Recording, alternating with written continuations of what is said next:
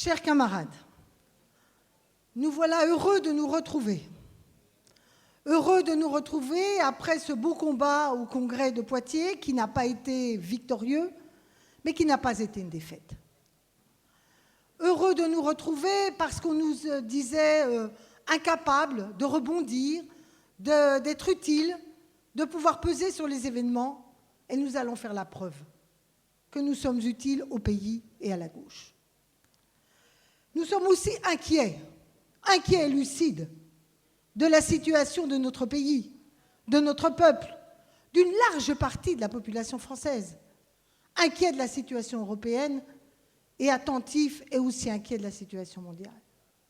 Inquiets, lucides et conscients que cette rentrée, les mois qui arrivent, sont la dernière chance de pouvoir achever ce quinquennat dans l'honneur de la gauche et dans les chances de pouvoir gagner. Car si nous ne sommes pas capables, dans les mois qui viennent, de redresser la barre, de réaffirmer une dynamique proche des attentes de nos concitoyens, je n'appelle même pas au grand soir de la gauche, mais à minima, de nous retrouver dans des changements urgentissimes pour l'avenir du pays et pour la population française, le risque est non seulement grand que nous ayons une défaite, mais le risque est grand aussi que le discrédit de la gauche soit durable. Voilà ce qui est en jeu. Mais nous sommes déterminés. Rien n'est inscrit dans l'histoire. On nous dit oui, mais Hollande ne veut pas, Manuel Valls ne veut pas, Madame Merkel ne veut pas. Et quelques individus, alors que nous appelons à la démocratisation, nous arrêteraient dans notre détermination à créer un rapport de force pour que dans ces quelques mois, on obtienne ces réorientations qui sont nécessaires. Et comme on le dit souvent sur bien des combats, si on ne mène pas la bataille, on est sûr de la perdre. Alors, chers amis, chers camarades, nous avons un besoin de mobiliser largement toutes celles et tous ceux qui nous ont suivis, qui nous ont soutenus, et bien au-delà de ceux qui nous ont suivis et qui nous ont soutenus, tous ces socialistes qui ont cru que le texte de la motion qu'ils avaient votée à Poitiers et qui leur disait que 15 milliards allaient être réorientés en direction des avantages fiscaux, en direction de la relance de l'investissement public, ceux qui ont cru ces réorientations, ils sont avec nous, majoritaires dans le Parti socialiste, pour dire au gouvernement, vous n'allez pas piétiner le seul parti qui vous soutient, vous devez entendre la voix des militants, les engagements qui sont pris. Et nous sommes les acteurs, le ferment de cette bataille-là.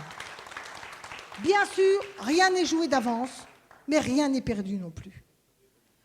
La troisième chose que je voudrais dire, c'est que nous sommes aussi déterminés à réussir le rassemblement de la gauche. Parce que ça ne va pas bien du côté de le rassemblement de la gauche. Et c'est bien normal. Devant la crise économique, devant la crise sociale, devant les défaillances, il faut bien le dire, et je suis sympathique quand je dis les défaillances du pouvoir en place.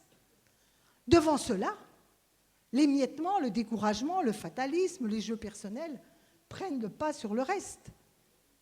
Et nous sommes les acteurs du rassemblement parce que justement, nous essayons de fédérer la gauche sur quelques objectifs de transformation sociale immédiats, et je reviendrai plus en détail tout à l'heure.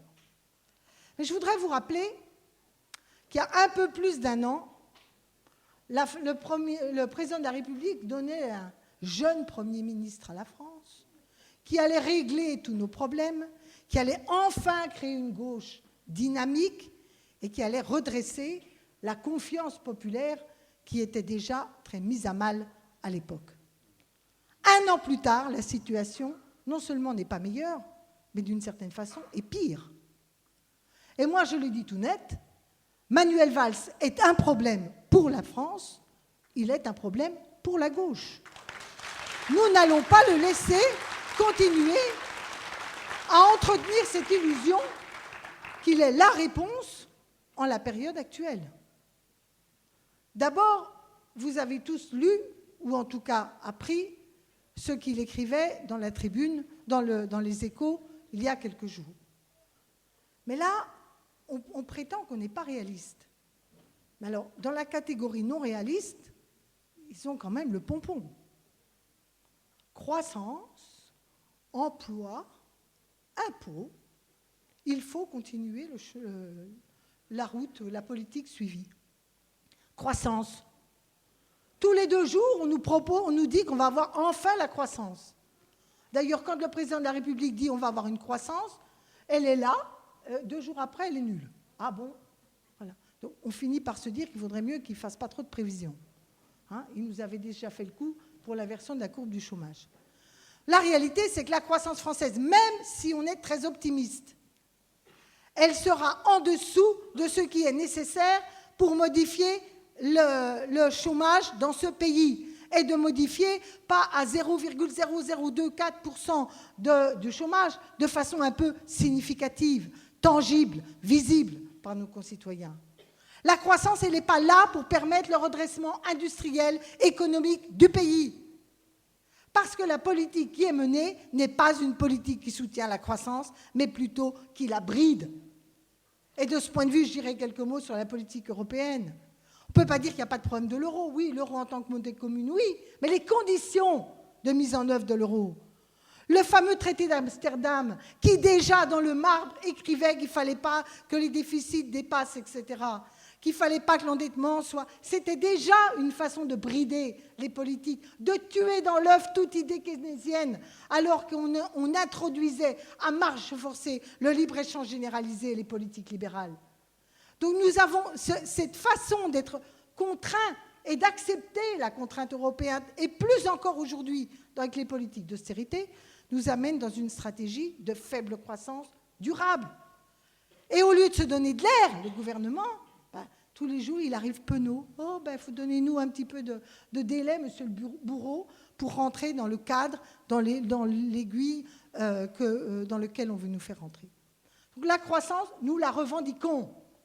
Nous avons besoin d'un plan de relance de la croissance et les propositions que nous avons faites qui visent à donner et du pouvoir d'achat et favoriser l'investissement, c'est une stratégie de croissance qui permet à terme de mieux combattre des déficits inutiles au profit d'investissements. Deuxième sujet, l'emploi. Je ne vais pas commenter, vous avez tous vu les chiffres. Alors là, on est pris dans des... On va enfin, si l'inversion de la courbe du chômage a lieu, je serai candidat, comme si c'était le sujet numéro 1 pour les Français. La question centrale, c'est de quoi parlons-nous quand nous parlons du chômage? Ce n'est pas des chiffres. C'est des vies humaines, c'est des conditions de vie, c'est de l'espoir donné à la jeunesse. Alors on nous dit la catégorie 1 va baisser, etc. Mais de quoi on parle? Si vous avez la catégorie 1 qui baisse et que la catégorie 2 et 3 augmentent massivement, ça change quoi? Ça fait des gens qui ne peuvent pas vivre dignement de leur travail, qui cherchent du boulot en CDI, n'en déplaise à notre camarade Savary. Oui, le CDI est un tabou, parce que c'est une espérance. Je ne connais pas un socialiste, fût-il dans la droite du parti, qui rêve pour ses enfants d'avoir toute leur vie une succession de CDD entrecoupés de chômage. Oui, le CDI est pour nous un tabou parce que c'est un progrès. Donc si c'est pour nous faire le coup que le chômage s'améliore, alors que de toute façon, il a déjà atteint des sommets jamais connus, en nous faisant croire que parce qu'on travaille 3 heures par semaine à temps partiel sans pouvoir vivre de son travail, c'est mieux et que ce n'est pas le chômage qui est au rendez-vous, on mentira aux Français et nous serons sanctionnés. Il faut donc une politique favorable à l'activité et à l'emploi. Je ne vais pas vous refaire le texte de notre contribution et de nos motions, vous les connaissez. Nous avons des propositions immédiates pour au moins améliorer la situation. Troisièmement, les impôts. D'abord, idéologiquement, ils nous auront tout fait.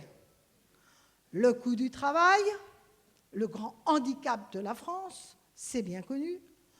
Il y a trop d'impôts, après nous en avoir matraqué avec de la TVA, parce que des impôts n'ont pas augmenté pour tout le monde. On a 45 milliards d'avantages fiscaux pour les entreprises, pendant qu'on a augmenté les impôts des ménages. Et la question de l'impôt, ce n'est pas est-ce qu'il y a trop d'impôts, c'est qui le paye, à quoi il sert. Et le grand silence de notre ami Valls, c'est de dire moins d'impôts, mais surtout pas de s'engager vers une réforme fiscale. C'est la grande urgence de ce pays, une juste redistribution des richesses. Et non seulement on ne fait pas la redistribution des richesses, mais on fait la redistribution à l'envers. Parce que dans la loi Macron, nous avons voté plus de 400 à 500 millions d'euros d'avantages fiscaux pour ceux, d'une part, qui avaient des actions gratuites, cadres des multinationales, et d'autre part, pour les impatriés, comme on dit, c'est-à-dire les cadres supérieurs étrangers qui viennent en France. 500 millions d'euros. Pour traiter tous les problèmes d'asile, 600 millions d'euros en France. Vous voyez ? Pour quelques privilégiés, et de l'autre côté, on nous dit on n'a pas les moyens, l'asile. Ou prenons un autre exemple. On veut supprimer l'aide à la pierre pour construire des HLM, 400 millions d'euros, mais on en donne pour des actions gratuites au cadre des multinationales. Alors moi, je veux bien tout ce qu'on veut sur le réalisme, mais ce que je dis, c'est qu'aujourd'hui, la question fiscale, c'est d'abord une question de justice fiscale et d'utilisation des fonds publics au service de l'égalité, du projet social, du développement économique. J'ai voulu parler de la croissance et on nous fait croire que nous n'aimons pas les entreprises. Alors bon, il est vrai que notre ami Valls, il dit dans toutes les langues qu'il aime l'entreprise. Je lui demande qu'une seule chose, qu'il dise en français qu'il aime le socialisme et la gauche. Et pas simplement qu'il le dise, mais qu'il le fasse. Parce que oui, nous sommes attachés à la croissance économique. Oui, nous sommes attachés aux entreprises. Mais pas au gaspillage de 45 milliards d'euros du CICE généralisé pour tout le monde, sans contrepartie. Oui, il y a besoin de moderniser l'outil productif. Oui, il y a besoin d'accompagner un certain nombre de robotisations et de modernisation et d'investissement. Oui, il faut organiser des plans de filière pour être capable de reconquérir des marchés à l'étranger. Mais de toute façon, même si on fait ça, si par ailleurs dans le marché intérieur, si le pouvoir d'achat des Français ne leur permet pas d'acheter, nous ne soutiendrons pas la mutation industrielle de notre économie parce qu'il n'y aura pas suffisamment, elle ne sera pas suffisamment portée par des carnets d'entreprises, de commandes dans nos entreprises.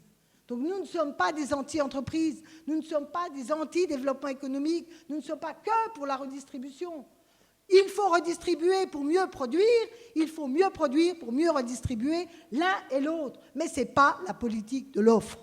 Et ça, nous le répéterons sans cesse, parce que les Français voient l'échec. Il est aujourd'hui patent. Je voudrais dire que nous devons nous appuyer sur l'attente des Français. Non seulement nous appuyer sur les engagements qui ont été pris et votés par les militants au Congrès. Et on ne lâchera pas au moment du budget. On ne va pas commencer à dire « ouais, comme d'habitude, c'est des textes, on vote et puis on ne les met pas en œuvre » et après pleurer sur la crise démocratique. Nous devons être d'une exigence absolue. Mais nous devons le parler au nom de l'attente des Français. Les Français ne peuvent plus vivre correctement. Dans le bas de la fonction publique, où il y a une baisse du salaire net des salariés, il y a des gens qui n'arrivent pas à finir les fins de mois, même quand ils ont un emploi à temps plein et qui sont rémunérés, mais faiblement rémunérés. Aujourd'hui, la masse de la population a des difficultés. La question du pouvoir d'achat est une question centrale. Alors je sais bien que dans certaines catégories de la population, on considère que tout ça n'est pas important. Mais c'est ça qui mine aussi l'avenir de nos concitoyens. Quand tous les jours, on ne sait pas comment on va finir la fin du mois, croyez-moi, l'engagement, la disponibilité, tout cela est très érodé. Et les couches populaires de ce pays n'en peuvent plus. Il faut leur dire. L'heure réelle va les rattraper. Le pire, c'est qu'ils risquent de nous attraper aussi. Parce que si nous ne parlons pas suffisamment fort, si nous n'obtenons pas les réorientations, ils chercheront ailleurs, et suivez mon regard, des illusoires alternatives vers l'extrême droite. On le voit tous les jours. Il y a des pans entiers du territoire où on n'a plus d'élus. Il y a des pans entiers du territoire où il n'y a plus de mairie, voire parfois même quasiment plus de conseillers généraux socialistes ou de gauche. Et tout ça n'est pas important. Non, on pense à la carrière de M. Machin, de Mme Trucmuche. Tout ça est gravissime. Alors, chers amis, chers camarades, la question qui nous est posée, à la fin de ces universités, on en parlera demain, et je pense que Christian, Benoît et Emmanuel en parleront plus en détail que moi, c'est surtout de ne pas lâcher prise sur cette question de la réorientation immédiate et de ne jamais lâcher les baskets. Oui, ce n'est pas le moment, c'est les régionales. Ben, ce sera quand le moment? Justement parce qu'il y a les régionales, tout va se jouer pour une large part dans les 3 mois qui viennent. Deuxièmement, nous avons eu dans cette journée des réflexions qui vont au-delà, parce qu'on ne peut pas savoir comme seule perspective les quelques mois qui viennent.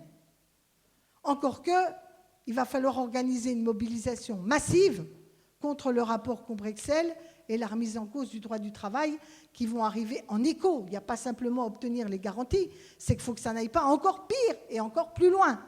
Et là, il ne faudra pas lâcher, pas commencer à dire oui, mais quand même, c'est quand même complexe le code du travail. Si on commence à rentrer dans cette situation à 1 an et demi avant les élections, là, croyez-moi, on va être broyé. S'il doit y avoir une réflexion sur l'avenir du code du travail, c'est pour le prochain mandat, pas pour le remettre en cause, pour consolider et rendre plus simple des vrais droits pour tous les salariés. Oui, nous devons penser à l'au-delà de l'échéance d'immédiate. Parce que ce qui se passe dans le monde et dans la planète est extrêmement évolutif. Moi, je crois que nous sommes rentrés dans une nouvelle phase de la mondialisation. Je pense que ce qui se passe en Chine n'est pas simplement un hockey ou une grippe passagère. Je pense que tout le modèle qui a été promu sur l'idée que le développement des multinationales, etc., se ferait par le développement de ce qu'on appelait les BRIC, c'est-à-dire les territoires émergents, par une généralisation de tous les échanges, je pense qu'on arrive au bout d'une phase de cette forme de mondialisation. Et que ça marche d'autant moins que plus ils ont fait ça, plus le capital a été rémunéré, moins le travail l'a été, plus le capital a été concentré, moins les populations ont pu profiter des richesses éventuelles qu'ils avaient produites. Vous avez une masse de pauvres dans la planète, même dans des pays où vous avez eu de la croissance et du développement économique. Et ceux-là, ils ne peuvent plus consommer. Comme les échanges mondiaux sont déjà maximales et qu'il n'y a pas de consommation intérieure, évidemment, la machine patine. On est donc à ce moment-là clé. Et c'est la même chose au niveau européen, accru par le mécanisme qui s'est trouvé de l'immigration, de cette déstabilisation tout autour de nous, notamment autour de la Méditerranée, ou en Afghanistan, ou en Syrie, etc. En Europe, la crise, elle est majeure.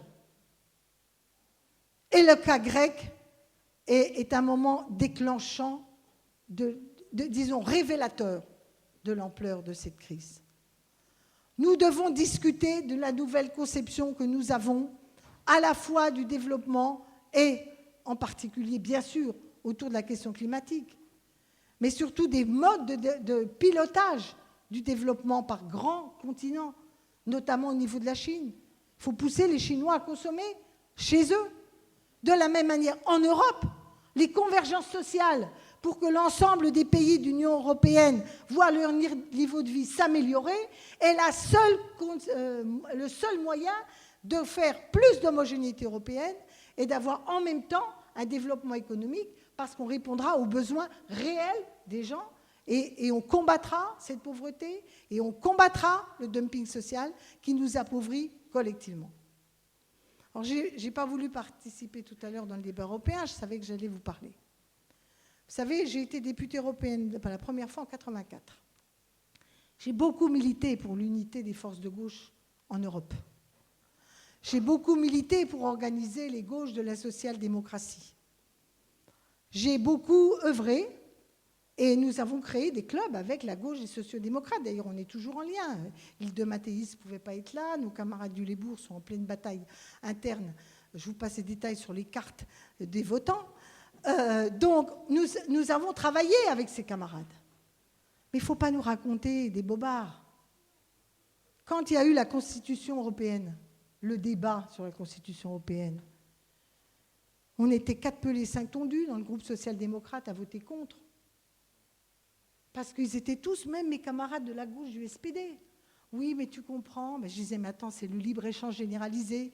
Il n'y a rien sur le dumping social. Il n'y a pas de contre-feu démocratique. Il n'y a pas de garantie pour les services publics.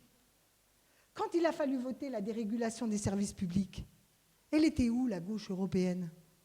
Mes camarades de la gauche du Parti social-démocrate, ils ont voté les directives de dérégulation. Quand on a voté la directive sur les travailleurs migrants, les travailleurs détachés, que maintenant Savary est grand spécialiste, mais il l'a voté. Il m'a traité de vieille archaïque quand je n'ai pas voulu la voter, en disant que ça allait être déflagratoire dans l'Union européenne. Donc je le dis tout net, on ne peut pas dire on veut l'union des gauches européennes quand le SPD ne veut pas diriger avec die Linke. Quand ils ne sont même pas déjà au sein de Syriza, ils commencent à s'engueuler. Quand nous n'est même pas capable de faire l'union des forces de gauche en France. Donc ne prenons pas nos désirs pour des réalités. Il faut un rapport de force pour changer l'Europe. Et il faut le faire sur deux pieds. Oui, travailler à rassembler les gauches européennes sur des objectifs communs. Par exemple, exigeons le retrait immédiat du traité TIPP.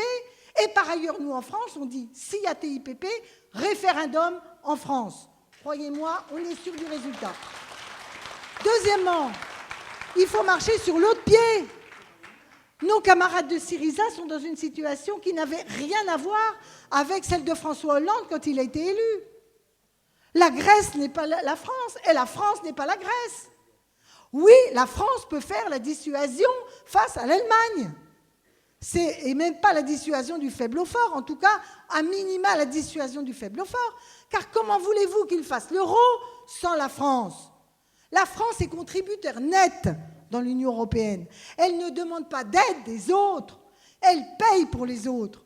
Et il faudrait qu'on soit honteux, qu'on soit les mauvais élèves, parce qu'on ne veut pas rentrer dans le moule libéral et qu'on n'aurait pas le choix d'avoir une autre politique, alors que nous sommes un des grands pays de l'Union européenne, en richesse, en natalité, en capacité de payer dans le budget européen. Il y a besoin de ce rapport de force. Il y a besoin. Et François Hollande pouvait le faire. Et nous pouvons encore le faire. Il pouvait le faire. Il suffisait de dire « je ne mets pas à l'Assemblée nationale le vote sur le traité ». On n'a pas voté la Constitution. Eh bien, ils ont trouvé une autre solution. Alors vous me direz que grâce à Sarkozy et à nos camarades, on a fini par accepter la même chose. Parce que c'est bien beau de dire que l'Europe, c'est une crise démocratique, mais si on n'avait pas voté, si une partie des socialistes n'avait pas voté le traité de Lisbonne, on n'en serait pas là. Et si on n'avait pas ratifié le TSCG, on ne pourrait pas aller expliquer à Syriza, aux Grecs, qu'ils vont avoir des sanctions, parce qu'on aurait voté contre, et toute une série de mécanismes de sanctions ne seraient pas votés, elles ont été votées dans le TSCG. Donc la France a une responsabilité particulière. C'est pourquoi on peut se permettre, nous, peut-être d'être un peu plus optimistes que d'autres. Et je veux terminer là-dessus. La France doute d'elle-même. Les Français doutent de leur pays et de leur modèle républicain. Parce que tout dans la politique libérale le matraque. Les libéraux n'aiment pas l'égalité, ils n'aiment pas l'État, ils ne pensent pas que le peuple est souverain devant l'économie, et par ailleurs, ils pensent que la solidarité, c'est simplement la charité pour les pauvres. Tout ce qui fait le modèle républicain est percuté par cela. Et justement, si nous avons gagné en 2012, c'est parce que le discours du Bourget redonnait un souffle modéré, mais un certain souffle au modèle républicain. La rencontre de la France qui regagne confiance en elle, ça devrait être la rencontre entre la gauche et la France, parce que c'est la rencontre sur le modèle républicain et la question sociale et de souveraineté populaire. Et c'est toujours vrai aujourd'hui. Rien n'est acquis dans la victoire de la droite si la gauche était à la hauteur de cette tâche historique. Alors nous n'avons pas à être trop dans l'idée des contraintes acceptées. Nous devons haut et fort rappeler à notre peuple que sa grandeur vient quand il défend ses valeurs et que les valeurs, ce n'est pas des vagues textes qu'on met dans les grands discours. La valeur, ça se décline en actes. Le premier acte que nous demandons, c'est une réforme fiscale ou en tout cas des avantages fiscaux qui redonnent de la justice. Le premier acte que nous demandons pour la République, c'est de relancer l'activité économique du pays par des investissements publics et par du pouvoir d'achat à nos concitoyens. et parce qu'à ce moment-là, nous serons en situation de pouvoir agir. Ce que nous demandons au gouvernement, c'est que la loi transition énergétique ne reste pas des vagues intentions, mais ait des moyens pour agir. Ce que nous demandons au gouvernement, c'est qu'au lieu de mettre 400 millions sur les avantages fiscaux aux impatriés et au cas des multinationaux, ils soient capables, d'accueillir correctement les demandeurs d'asile. Quelle honte la façon dont on traite les demandeurs d'asile. Quelle honte d'avoir des SDF dans les trottoirs de nos villes, un des pays les plus riches du monde. Nous avons les moyens de relever ces défis. Mais il faut aussi qu'on mène la bataille idéologique. La bataille idéologique, c'est non au fatalisme libéral. Il est possible d'espérer une vision républicaine et sociale. Et chaque fois que la gauche, le gouvernement, notre parti ou d'autres mettent en cause ces idéaux, nous devons être là, debout, pour résister, pour protester, pour surtout proposer. Chers amis, demain, nous continuerons ce combat-là, mais il n'est pas perdu et nous pouvons le gagner parce que notre peuple est imprévisible et que parfois, alors que tout semble écrit dans notre histoire, il se dresse pour dire on peut changer, on peut penser autrement notre avenir, on le reprend en main.